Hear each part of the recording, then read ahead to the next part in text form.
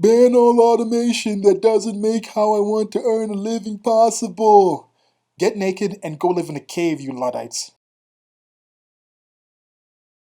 Hey, what's up? So this is part of a series where I take certain things that I post on social media, concise little ideas. You have a limitation of characters, so you have to put things in a small kind of form to get people to understand. And then I expand on them in the comment section there and decided, hey, let me make a series of videos and post them up here and see if we can discuss them in the comment section. So, discussion welcome as usual. Okay, into the one today. Ban all automation that doesn't make how I want to earn a living possible. And this is a common thing. This is not new. This actually went back. The Luddites historically were actually a thing. This might not be something people know. It's current year. People don't know certain information. There's so much stuff out there people don't know. But if you don't know something, because of automation, go on the internet if you're listening to this and actually type it up and find it for yourself.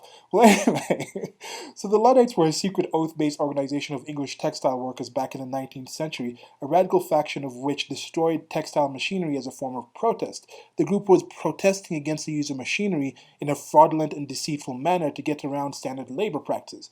Now, this is something that's common in different kind of places. The reason I'm saying these are Luddites is people look at things and think, they take our jobs. You know that whole thing from South Park. It's like, they took our jobs. Now it's like, they take our jobs. You know, it's like, people say technology is coming away and taking away jobs.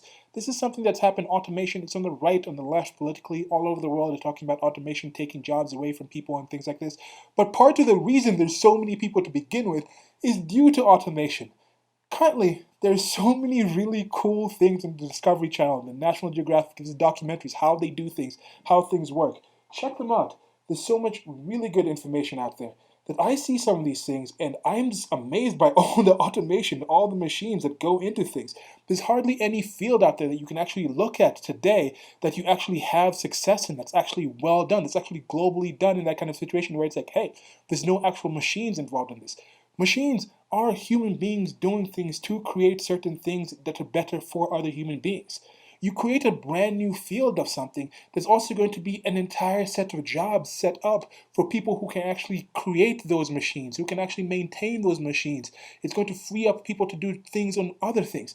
You have a situation where now, even if you dropped everything out and you're like, okay, just a simple thing with food, right now, the number of people actually working on actual producing all the food and the level of food and nutrients that are available to humanity is higher than it's ever been in known history.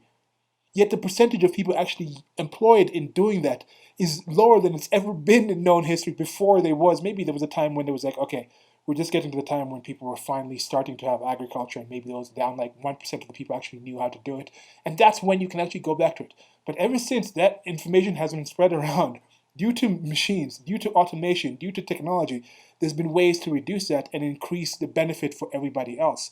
So this kind of thing, people are very specific about this.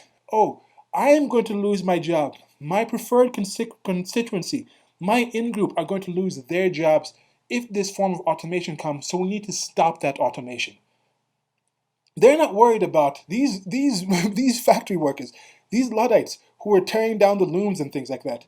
They were not complaining about all the automation that led to there being enough actual textile, enough actual cotton, enough actual wool, enough actual things. They were not worried about the ships being built with forms of automation, forms of technology.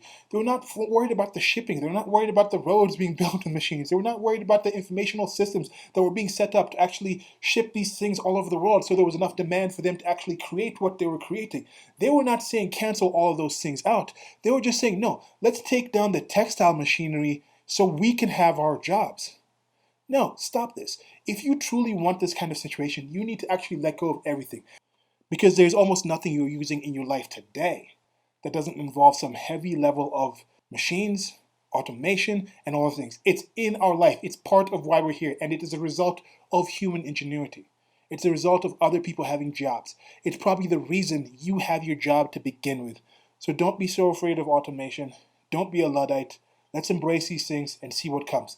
Part of the reason that these things are happening this way and they displace people in this sense is due to state involvement of maintaining certain industries, incentivizing certain things into certain situations where certain things get entrenched, certain ways of doing things, where there's not a more comfortable switch over to a new way of doing things, where people are like, hey, okay, I'm going to come into this situation, I'm going to go there. Part of the educational system saying these are the jobs that you need to do. We're investing in these kind of jobs. We're supporting these kind of jobs and kind of situation. Oh, the state is going to create these jobs. We're going to enforce these kind of jobs because they hire X number of people because we need X number of people to vote for us. So we're going to support the jobs that hire the most amount of people at this current time because we have to get those people's votes. If you take that system out and you just let people kind of work in a more open market, then other people are competing. This job isn't doing that well, and people are like, okay, now we're going to set this kind of thing up.